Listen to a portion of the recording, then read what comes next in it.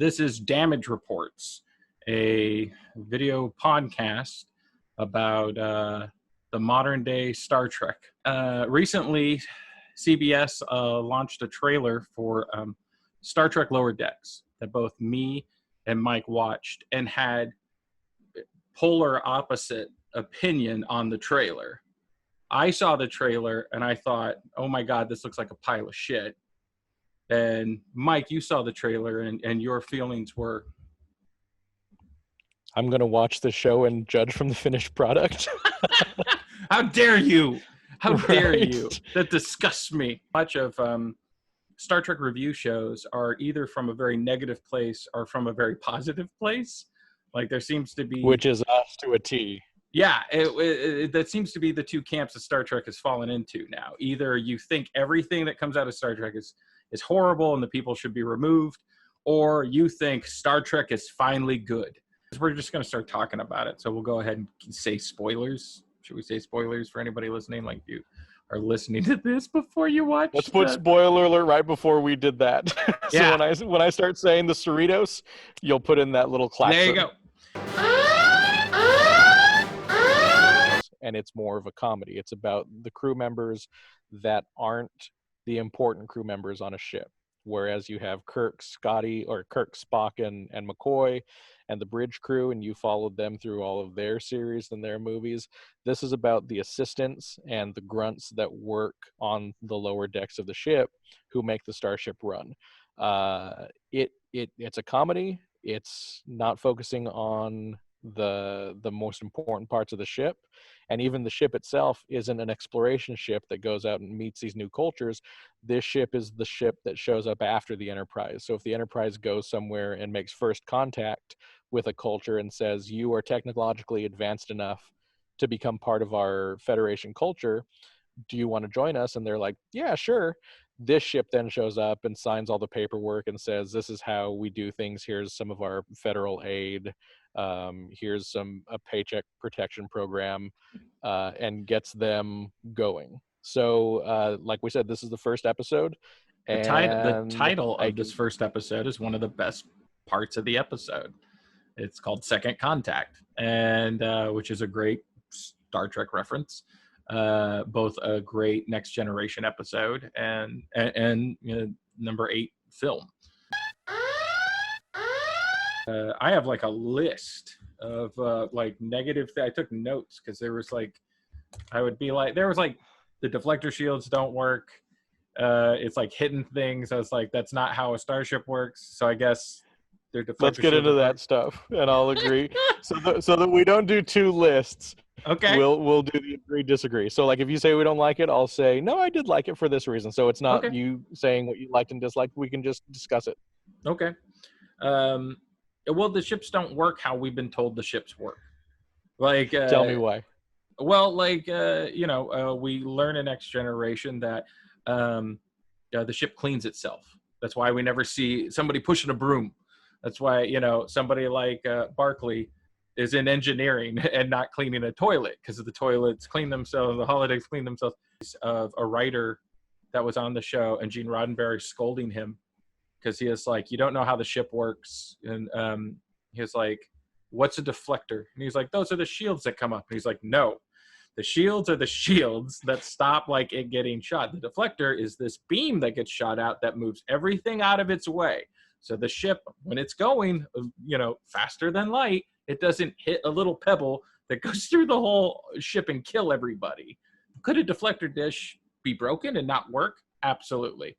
Could this ship have been built without the cleaning AI that all the other Star Trek ships are? Sure. But what we're doing is going down making excuses for their bad writing. Like, to me, that's what it is at the end. Like, I have to justify you not knowing the brand you're trying to sell. So I think that's one of those things that is different for every series. There were episodes one that I just saw of Deep Space Nine and then I know you can say, well, that was a Cardassian space station, but they were complaining about how dirty the rooms were, and it's like I think that just happens. I mean, yeah, there are aspects of the Enterprise that I think were self-cleaning and fixed, but at the same time, look at Voyager and how Voyager's computers were alive, Yeah. and how many other times did they ever reference that in any Yep. Star Trek, even Yeah. after like the second season of Voyager. Yeah. And there's a lot of like, I get mad every time somebody in Star Trek swears, because our fun little Star Trek 4 family film Yeah. really drove that home. Spock is not an idiot.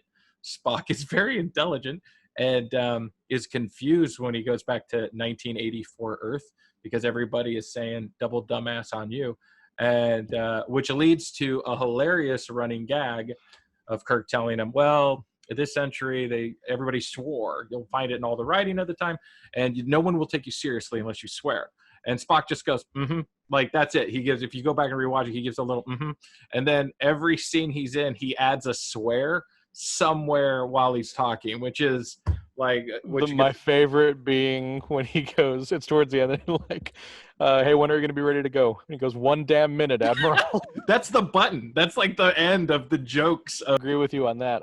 They bleeped a couple of things for effect. Like the doctor says something about this shit is something, and it's like, all right, I guess that works. But then that breaks, I hate saying this, that breaks the universe, because in Picard they did it too, where they're like, fuck you to Picard, and it's piece like, of shit. Now time for me to shoot up. Like Picard's really bad. But we've had these problems before, and I want to say that there's a lot of people that are going to be like, you old Star Trek geeks, you just hate the young stuff. Man, I was watching 2 times. Next Generation, my favorite Star Trek. There were 2 times I was in the theater watching the movie, and I nearly threw my popcorn at the goddamn screen. One was a funny thing. He's got the ship's gonna crash, and he says, "Oh shit!" And that's funny, even though my geek brain was like, "Hey, why is he swearing? So why did he do that?" And then Nemesis was the time I nearly threw my popcorn at the screen, when it was like they find B4. In the trailer they showed that, and I was like, "Oh, lore! We're getting our lore movie. This is awesome." And they like have B4, and Patrick Stewart goes, "Data, was there ever any other androids like you?" And I was just like a popcorn falling out of my mouth. Data's like, "Not that I'm aware of." And then he even turns to the camera and goes, "Dr. Nguyen Soon and his naming knows no end." And I was like, you're going to mention somebody that was in 2 episodes, not somebody that was like, tried to destroy the ship, tried to enlist the Borg to destroy, I don't know, the universe, was all these major plot points, and you guys are just going to stand there and act like he never existed. Data's off-kilter, less sophisticated brother is named B4, and it's like, okay, so he was before Data. Yeah. In the script, he was B9, so it was like that fit more into like the naming scheme, where it was like it was just this ineffective, benign character. Okay. And the fact that they changed it to B4, I was like, okay, someone had to have been like, the audience isn't going to understand what benign means, so let's just say it was before. And that bothered me so much. I disliked the button at the end of this one, where it was very fan servicey, and Mariner starts saying, "You're my Chadish," where it was like, that's funny, but it's like, she then goes, "Do you know who Worf is? Do you know who Sulu is? He had a sword. Do you know?" And she's like saying all this stuff that I think older fans would be like, ha ha ha, yeah, she's saying all this stuff. But that again was universe breaking for me. One, it was pandering, and I was like, all right, whatever.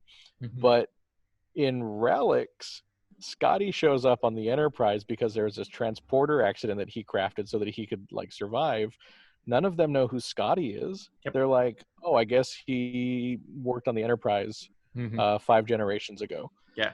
And so then if the smartest crew on the in Starfleet didn't know the exploits of Scotty, who saved the world with Kirk a number of times, who literally saved the Earth by going back in time to get whales and then came back. Do you know all these references? No, if no one knew who Scotty was, no one 2 years later is going to give a shit who Deanna Troi is. Yeah. As funny as it is to mention that in her jumpsuit, it's like, okay, this is a joke too far for me. Yeah. So I think that's what it was. Some of the humor, especially that, felt forced because that was universe breaking to me. All right. The my next thing, and this is a big thing, is Ensign Marinin. Why I Mariner. can't Marin? Okay, I can't say the name at all. Namor. Namor. The Ensign Yeah, Mariner. it's Namor. She comes flying in from the water. She just the character as a whole, just it kind of drove me nuts. Like it was she's swearing, she's drunk, she's playing around with weapons. She doesn't do anything in the episode till towards the end, where she's kind of like, we gotta help save this spider and not hurt him, even though the other character came up with like other things they could do. um she even does some stuff that's kind of like kind of inappropriate. Like the new person that comes to the crew is like, I'm so excited to be here, this is amazing, I'm on a starship, oh my god, and it's like they go to the holodeck, which that kind of had a funny joke when it was like, you can go anywhere in the world in the holodeck, and the dumb guy, the guy who's just really passionate about being in Star Trek, is like, let's let's go to engineering. So they just go to engineering, a holodeck version of the engineering. That was all right. But then like she leaves it as like, bring up my exercise or My all exercise nude program. And it was like, you don't know this other character, you don't know what the sexuality of this other character is, what this character's okay with and not okay with, you don't know anything, and you're gonna do that. And it's like, yeah, you're just kind of a piece of shit. I think I was starting to dislike that towards the end of the episode, but I think the reveal of her being the daughter of an admiral and the daughter of this captain shows why she is allowed to get away with that stuff. Okay. And I think that if it continues that way and there are no repercussions, I think it'll be a problem, because not to do a Rick and Morty, but it's like at the end you could almost imagine her being like, it's my series arc, I'm gonna learn some humility. Like Yeah. Maybe that's what's happening, but I think that the resolution of this is the daughter of this admiral and this captain, that we're going to see more of why she gets away with that stuff, because it seems like the only person that she really abuses in this way is Boimler. So let's see if that grows. I'm willing to give that a little bit more leeway now that I know, but towards the middle of the episode, it was like, how are you getting away with anything like this behavior? So I agree with you to an extent on that. It was kind of like on the animation style as a whole, where when we look back at animators throughout history, those who came up with their own style and followed through on it, you can spot it. If a Chuck Jones cartoon comes on, I can show you why it's a Chuck Jones cartoon. It's weird because it suffers only in comparison to Rick and Morty to me, where it is this is what it would look like if Rick and Morty rather did an episode set on the Enterprise of the Next Generation.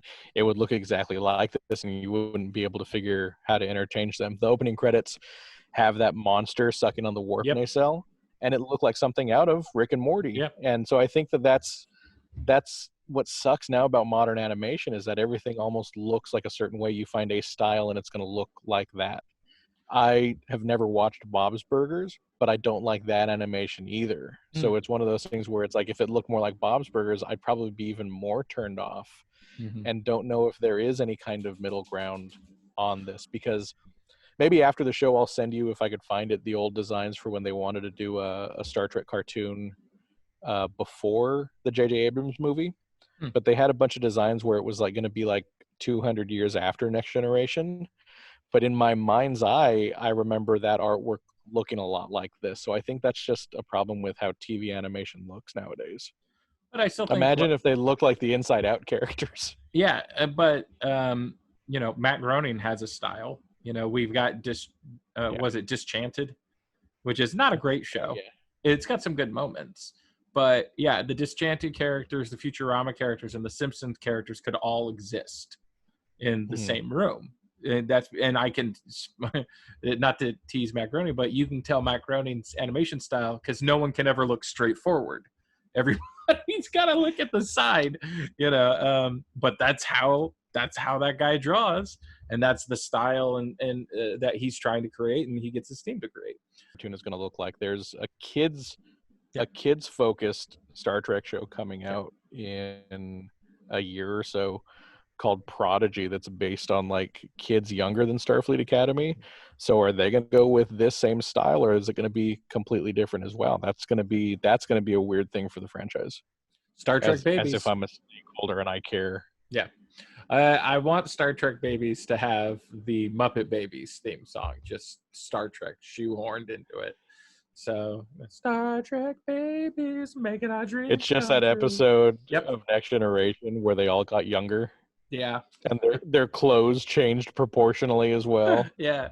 So you see the Admiral, just the legs like Nanny. So it's just like the Admiral legs that come in and leave.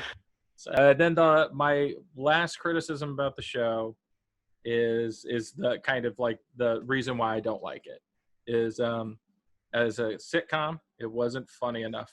Like it wasn't, and this is where I'll give it some leeway. Pilots are hard to do.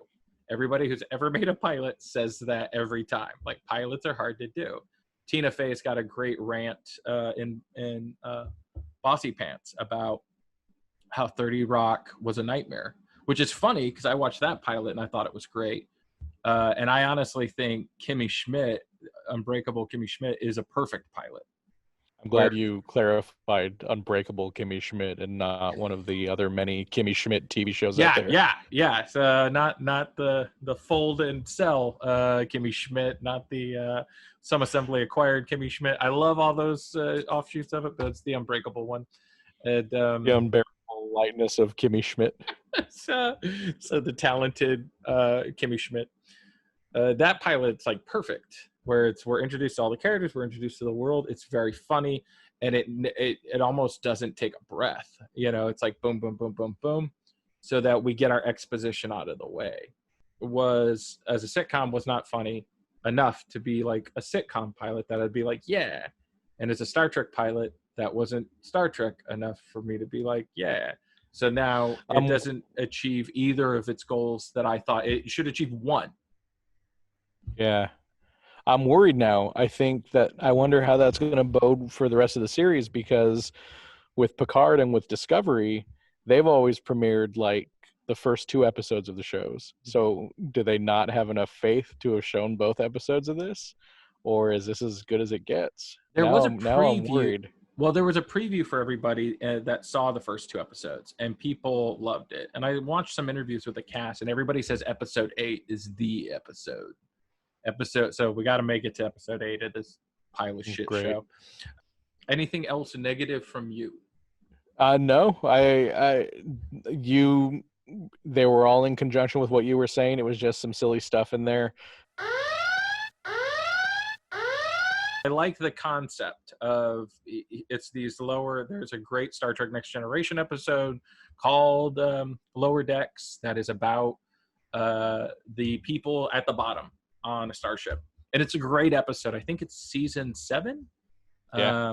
And it's hilarious. Like for me, some of the world building in that is so funny because you've got 2 ensigns talking about like, man, I hope I get a promotion. I'm working really hard. I don't think like Riker likes me, and he's like, I'd love to have my own room.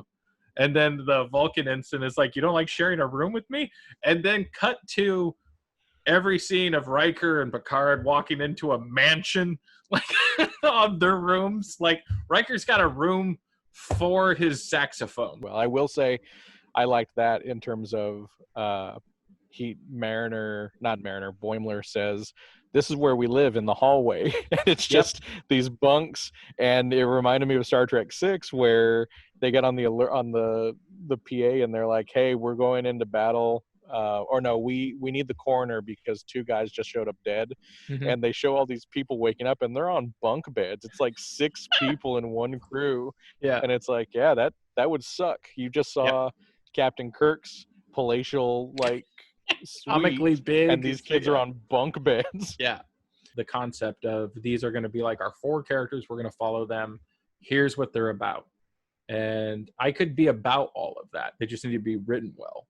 I also liked that to go on that, where we don't have a character that doesn't want to be there. They all like their jobs to different levels of enthusiasm about it, but they all want to be there.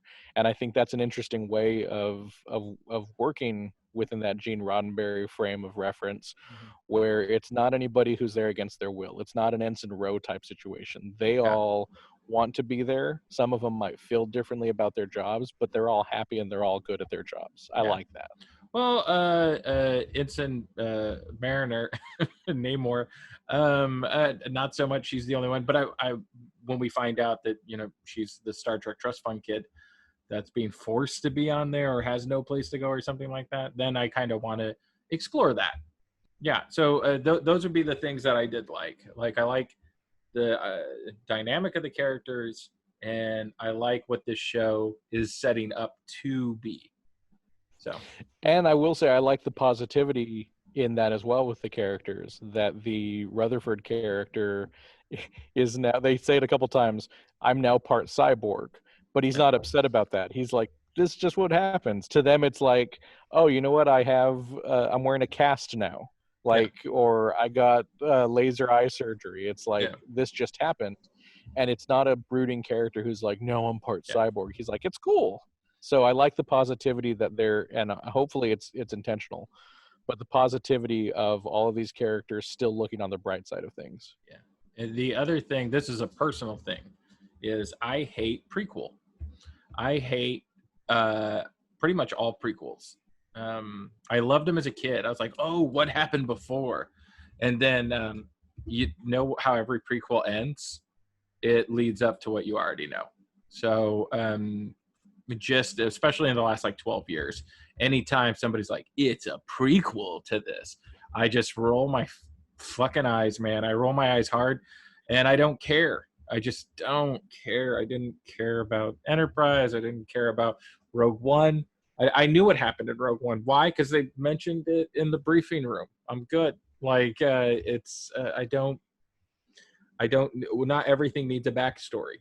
But those are the things I like. So, was it? I thought there was more of a list. No. That's it. That's great. Those are the things I liked. I did like those things. Which I liked the little touches. I thought the voice acting was good. I don't really like. I think Rick and Morty has done a good job of this, where Rick and Morty aren't played by like celebrities. It's Justin Roiland. It's not people that are famous. They're not getting them for their voice. They do a pretty good job. So I like the animation enough that the voice acting completes it for me, even though I wish it was different. And I just like the overall aesthetic and what they did with the show. It's very clearly Next Generation era. I like the aliens that they show. They had a Bajoran, the Trill was on a date with the cyborg guy. There's a blind character who has Geordi's visor, which always bugged me, that it's like, if this is a cure for blindness, why doesn't everybody have it, or why aren't there more blind characters? Yeah. So I liked that. I liked what's going. I thought the music was good. I didn't like the opening credit theme song, and that's something that's going to be a problem with me, where it's like I am such a fan of movie scores, and specifically Star Trek movie scores. This one felt kind of bland, and I wasn't too big of a fan of it. But I mean, if that's the most I can say, is that I didn't like the score for the opening credits, I think you're in a good place. Yeah. So I'm looking forward to the next few episodes, and looking forward to the next 23 weeks of Trek with you talking crap about these shows, because it gives me something to do in this pandemic, in this empty movie theater that I'm in. We talked about this, but we're going to have an absolutely like sort of pointless rating style. So the pilot, Second Contact of Star Trek Lower Decks, Mike Armendariz, what would you rate this? How many Darmoks out of Jallards would you give this? I give this 3 Darmoks out of 5 Jallards. And we also spoke about how we were going to reference it. I will say I give this 3 Darmoks out of 5 Jallards. This is Data when he dated that girl from engineering. It's the girl who had like the distant boyfriend, right? Like, and she was trying to find a replacement after they broke up. So it's a decent episode. I can't wait to see where it goes. So yeah, 3 out of 5. Data when he dated the blonde engineer. All right, I'll give it. I'm gonna give it one Darmok out of 5 Ooh. Jalars. I know it's rough. I'm the rough one. Sorry, but I'm giving it one with hopes moving ahead, moving forward. Like at the end of the first episode of Picard, I didn't know how they could fix it, other than the first episode was a dream. And with this one, I could at least say like, oh, there's a way forward with this. So, and to keep the Darmok thing going, I will say this episode is Shaka on the water takes a writing class. So that'll be my Star Trek thought. All right. Well, I'm looking forward to the rest of them. Hopefully, I mentioned it to you. Hopefully, whoever listens wants to email you or put comments below where you're going to have this. Yeah. We hope to have this up on iTunes or wherever you get your podcasts as well. So, one way or another, if you listen to this, make sure you send us an email. I'll set up an email address for the next time we talk. But it's good seeing you. It was very fun doing this. And, yep. I look forward to talking to you more about this nonsense in the future, and maybe we can do a Star Wars spinoff as well. Yeah, apparently. We both have a lot of freaking unresolved issues with Star Wars. Apparently, we were not here to talk about that at all, and it was like, hey, this motherfucker. So hey, let's do this 20-minute interlude on episodes 8 and 9. Jesus Christ, you could hear people clicking off. So you morons. Yeah. All right. Thank you very much for joining us. We will see you all next week. All right. Bye. See you next time. Bye, baby.